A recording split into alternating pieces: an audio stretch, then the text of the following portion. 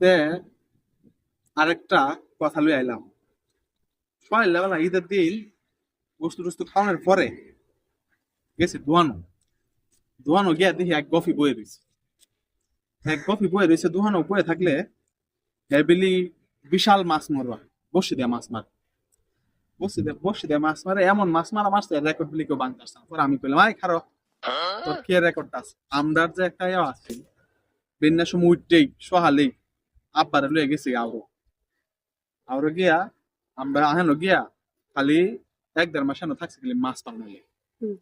মাছ পালন লেগে থাকলে এহানো তোমার গেছি গিয়া বসি ফালাইছি।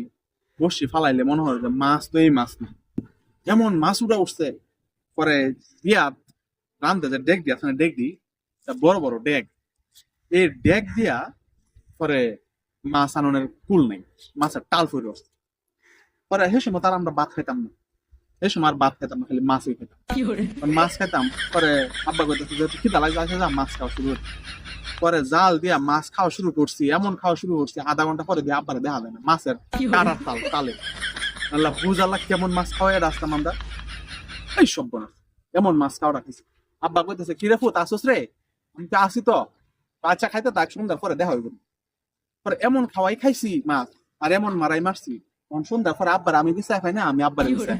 এই সব বনা বুঝ আল্লাহ কেমন খাওয়া খাইছিলাম, কেমন মাছ মারিয়া আসতাম আমরা।